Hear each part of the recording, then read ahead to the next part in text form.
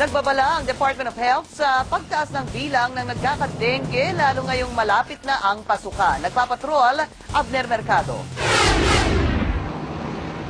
Ngayong panay na ang buhos ng ulan, nagbigay babala na ang Department of Health sa mabilis na paglaganap ng dengue sa bansa. Binabantayan na nila ang pag-akyat ng mga kaso ng dengue.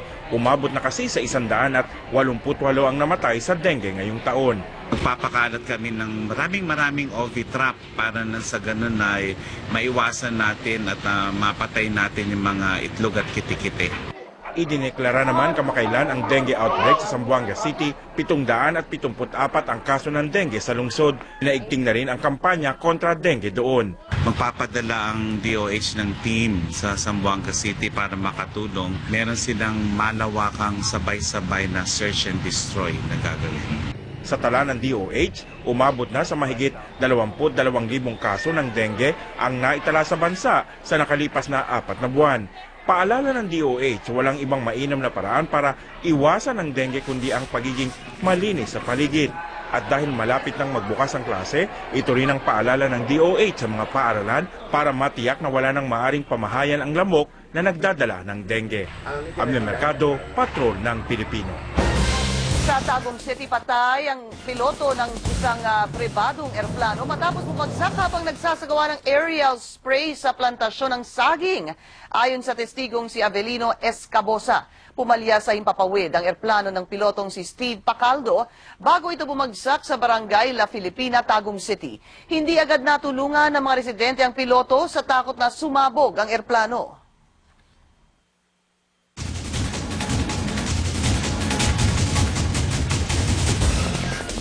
Dahil malapit na nga po ang pasukan, dinadagsang Divisoria para sa mga murang school supplies. Ang tanong, pasado ba ang kalidad o sa kalidad ang nabili ng notebook, pad paper, lapis at crayons? Kung sina Jocelyn at Marisa ang tatanungin, pareho lang ang kalidad ng school supplies sa mall at sa Divisoria. Mas mura lang daw dito, kaya mas dinadagsa. May budget ka, bili mo na. Parehas din po, nasa pag-iingat lang po ng bata. Pero para kay Maricel, dapat sipatin ang produktong binibili dahil mura nga nakuha, baka mahinang klase naman. Kumbaga, pinipili din namin kung ano yung pwedeng bilhin. Depensa ng mga nagtitinda sa Divisoria, bukod sa maayos ang kalidad, malaking diferensya ng presyo sa mall kumpara sa bangketa. Kasi po sa mall, ang notebook po doon, merong 14 pesos, mahigit pa. Dito, 9 mo lang makukuha. Meron kaming original meron po kaming ordinary. Ano yung ordinary? Yung ordinary po, hindi po siya ganun kakulay. Pero payo ng DTI, huwag lang sa presyo tumingin. Dapat daw sumusunod sa labeling ang mga tinitindang notebook, pad paper, crayon at lapis. Kung sa paper at sa notebooks and pads, ang dapat po nito ay meron hong pangalan mismo ng manufacturer. Yung address po ng manufacturer ay dapat nandun din po, nasa likuran, at dapat nandyan din po kung ilang pahina. Pati kalidad ng mga linya sa notebook, dapat daw suriin ng mga consumer. Ang mahalaga dito ay yung papel, yung mga linya, hindi bumabakat, hindi nagbablat. May babala rin ang DTI sa mga nagtitinda ng school supplies. Or hindi tumutugon or sumusunod sa mga labeling requirements, ay maaari ho nilang ireklamo sa DTI. The maximum penalty is a fine of 300,000. Nakutsak pong dadagsain pa yung mga murang bentahan ng school supplies dyan sa Divisoria. Kaya panawagan po natin sa mga negosyante, maging tapat na po at huwag magtinda ng mga dispalinghadong produkto.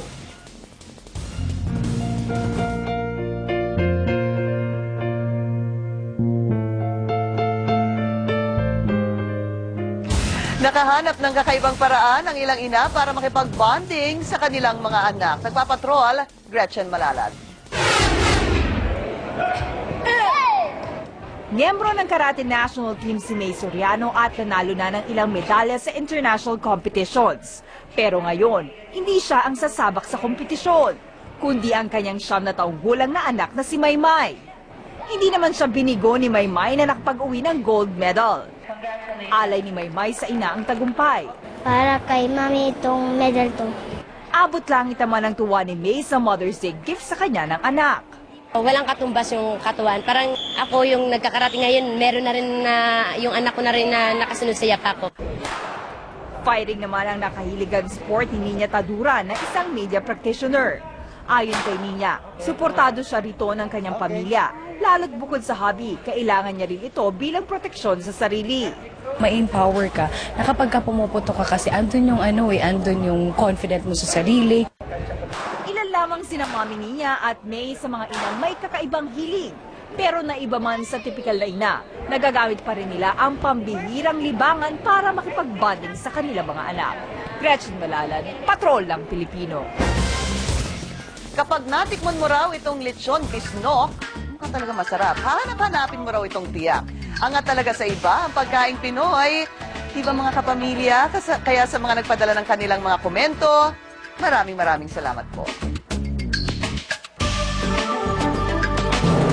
Susunod, kakaibang tupa, isinilang sa Isabela. At ang sari-saring pakulo ng mga politiko, tampok sa mga kwento ni Mark Logan. Lahat ng yan sa pagbabalik ng TV Patrol Weekend.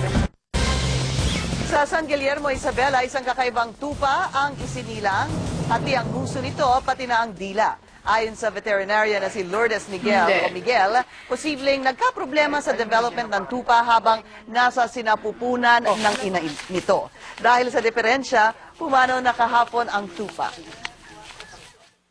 Meron akong kwento!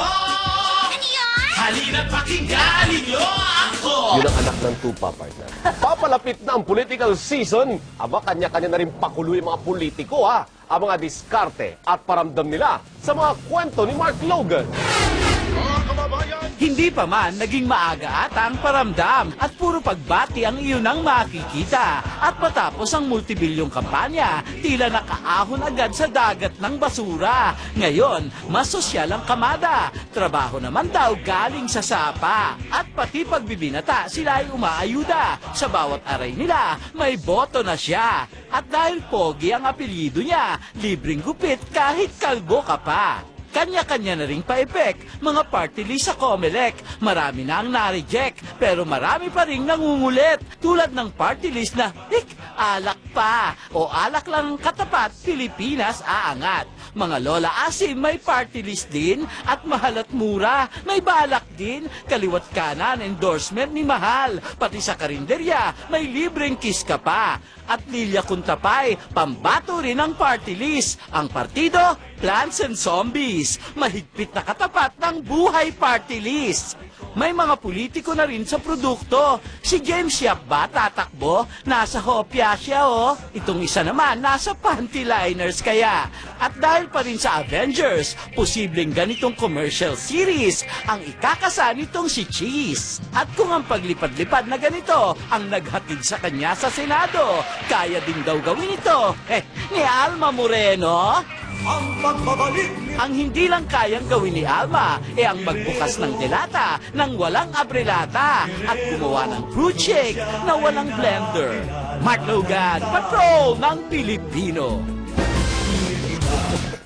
At yan po ang mga balitang nakalap sa aming tuloy-tuloy na pagpapatrol. Kami, ang inyong patrol ng Pilipino, naglilingkod sa inyo saan man sa mundo.